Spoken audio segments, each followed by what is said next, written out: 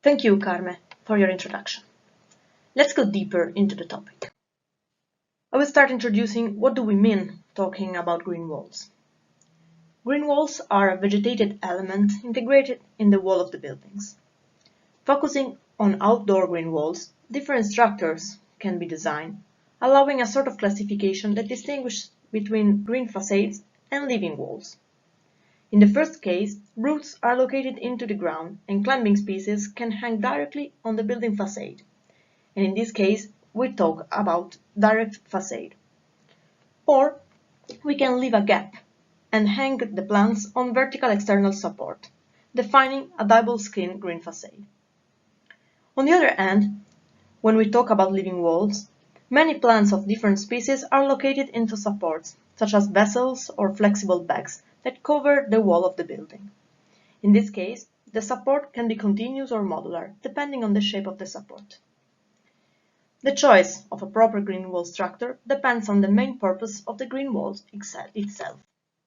I selected two examples of living walls that have been built in the north of Italy. The picture on the left is the facade of a university campus in the very center of Turin.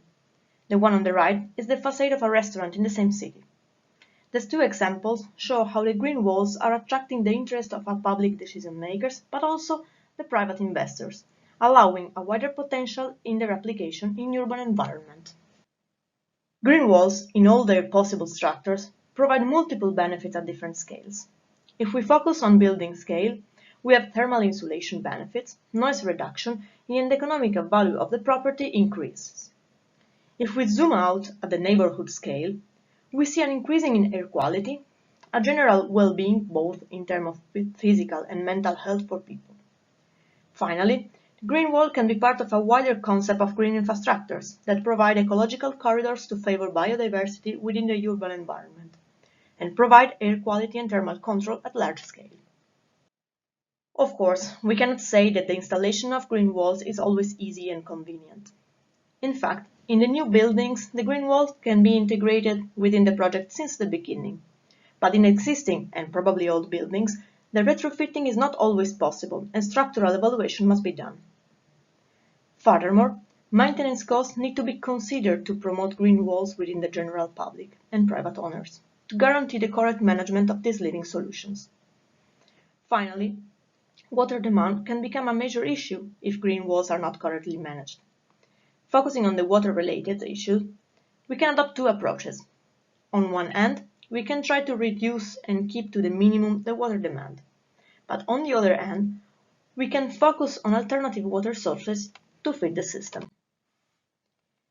Greywater is the portion of household wastewater that excludes toilet flush.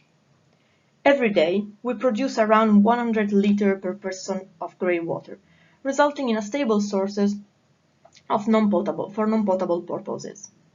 For example, the greywater can be reused for feeding green walls, and already is. But we can do more. Applying the treating power of nature-based solutions, we can transform green walls in on-site greywater treatment systems. This allows to give 3 lives to each amount of water we use in our houses. First time, we use potable water producing greywater as a waste. Then, we feed our green wall, and we end with treated water for non-potable purposes, within or around the same building. This means that we can reduce the amount of fresh water that we need in our daily life up to 50%, and reduce also the wastewater that reaches the treatment plant, ensuring benefits in terms of cost and management. In our research experience, we worked to develop the concept of green walls for treatment purposes, to increase city resilience and adaptation to climate change, while providing a low-cost and low-energy consumption method for water treatment and reuse. To reach this goal, we focused on a system composed by pot-based modular panels, organized in columns as a vertical flow system, in which greywater flows by gravity once per hour to be treated. The treating mechanism mainly involves the biodegradation performed by bacterial community for organic compounds, the plant uptake for some nutrients, and the filtration by the porous media. The contribution of these 3 treating mechanisms need to be well understood to provide efficient design guidelines. We started testing different porous media to reach a good balance between important characteristics, both structural and hydraulic, such as weight and hydraulic conductivity, but also considering their cost and availability. Then, the second aspect was the selection of some plant species that were tested to high tolerance for high tolerance to soil moisture and tolerance to greywater feeding, considering local availability and adaptation to the specific climate and sun exposure. Fulvio will now provide you more details on our experience within the NICE project. Thank you, Elisa. The experiments of the NICE project are aimed to understand what can happen in real-world conditions when many things are not controlled and unexpected stress condition can arise. In particular, we tested the effect of hydraulic and chemical stresses, which can be due to changes in the amount of greywater or in the composition of the greywater.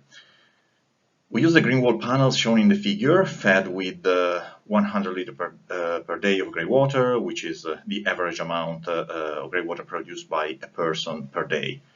Please notice that this is actually a large amount of greywater, and lower values are recommended in the application, as will be discussed in the presentation by Fabio Masi. Notice also that the green wall has a free horizontal level of pots, and that greywater flows from the top level to the bottom. For the hydraulic stress test, we used two identical panels with the same growing medium, which was a mix of coconut fiber and perlite, and with the same plant species.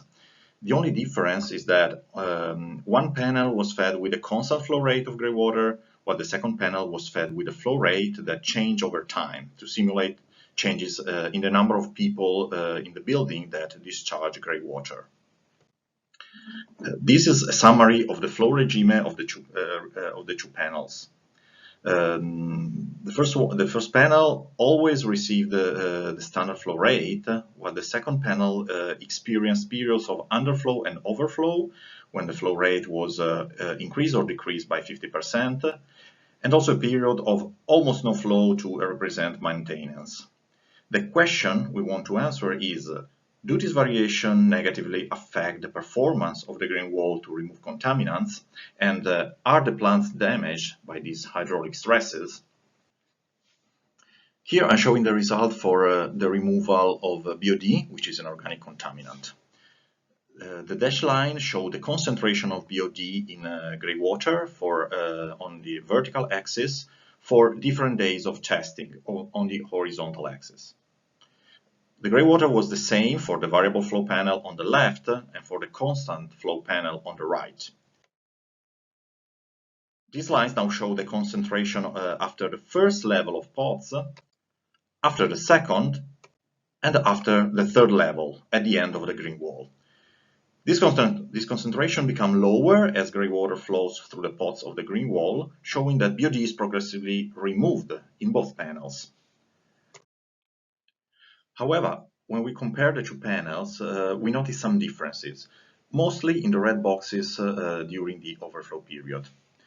And in this period, the concentration of the variable flow panel on the right are higher than the constant flow panel on the left, which indicates a slight decrease in the removal of BOD.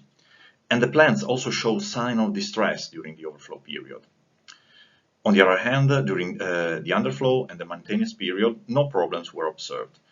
These findings suggest that when we size a green wall for greywater treatment, we must consider the maximum occupancy of the building and thus the maximum flow rate of greywater. The second type of stress events considered in NICE are the chemical stresses caused by changes in greywater composition. These changes may happen when aggressive cleaning products are employed and mixed with greywater. We consider 4 aggressive cleaners: bleach, a floor cleaner, a drain opener, and sodium hydroxide, which is sometimes used as a homemade solution from clogged drains. The concentration of these cleaning products depend on the volume of greywater in which they are diluted, which in turn depends on the size of the degreaser tank that collects greywater before it is pumped to the green wall. And so we consider three sizes of degreaser tanks that correspond to buildings that range from medium size to single-family houses. And larger buildings have bigger tanks with more dilution and hence with lower concentration of aggressive cleaners. This leads to free stress events with increasing concentrations. These are the values of pH shown on the vertical axis for different days of sampling on the horizontal axis. In particular, the black boxes show the days of the stress events with low, medium, and high concentration. The markers show pH values in the gray water in input, and the bars show the values in the outflow of the green wall for the different aggressive cleaners. For all stress event, we noticed that even when the input of pH was high, up to 12, the outflow was always very stable. And this result indicates that a green wall can handle even a high concentration of aggressive cleaners. So to summarize, the use of gray water with green walls can reduce the demand of clean water for irrigation, but can also provide treated gray water that can be reused again for further uses. And if properly designed, we saw that green walls are able to stand occasional stress events that can actually occur in real application.